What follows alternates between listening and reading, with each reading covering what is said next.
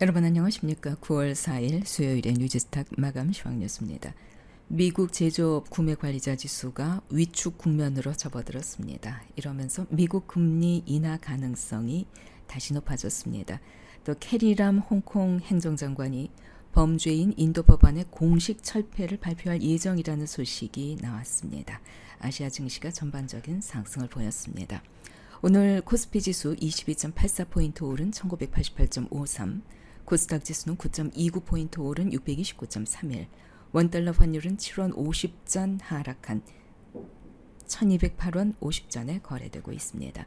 코스피 시장에서는 외국인이 3,521억 원, 개인이 1,487억 원어치 순매도했고 기관은 4,839억 원어치 순매수했습니다.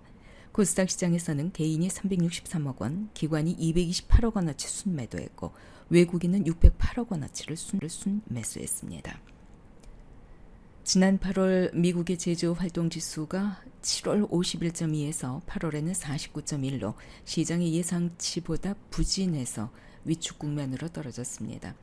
마켓워치는 지수가 위축 국면을 나타낸 것은 약 35개월 만에 처음이라고 전했습니다. 영국 하원이 노딜 브렉시트를 방지할 가능성이 커지면서 파운드화가 강세를 보였습니다. 보수당 하원 의원이던 필립 리가 자유민주당으로 당적을 옮기면서 보수당 등 집권 여당의 하원 과반 의석이 무너졌습니다. 영국 노동당 등 영국 야당은 브렉시트 기한 연기 등을 포함한 노딜 브렉시트 방지 법안의 통과를 추진하고 있습니다. 중국의 지난 8월 차이신 서비스업 구매 관리자 지수가 3개월 내에 최고 수준을 기록했습니다. 8월 차이신 합성 PMI는 51.6을 기록해 전달 50.9를 상회했습니다. 정부가 다음 달 중으로 인공지능 국가 전략을 발표할 계획이라고 밝히면서 관련주들이 동반 상승했습니다. 이낙연 총리는 AI를 포함한 4차 산업혁명의 신기술과 신산업을 발전시키면서 그것을 통해 일자리를 만들고 국민의 안정과 삶의 질을 높이려 노력하고 있다고 강조하면서 정부의 내년도 예산안은 AI와 빅데이터, 네트워크 분야에 1조 7천억 원을 투자하도록 계획했다고 말했습니다. 정부는 이러한 계획을 뛰어넘는 AI 국가 전략을 이미 완성했다면서 10월이 되면 국민 여러분께 발표할 것이라고 밝혔습니다. 관심 종목은 인포마크, 링크제니시스, 가온미디어, 줌인터넷, 머큐리 등입니다. 전면전으로 치닫고 있는 LG화학과 SK이노베이션의 배터리 소송이 양 그룹 간의 감정 싸움으로까지 확산되는 양상을 보이고 있습니다. LG화학이 사과와 거액의 손해배상을 전제로 대화를 제안했지만 SK이노베이션은 거절했습니다.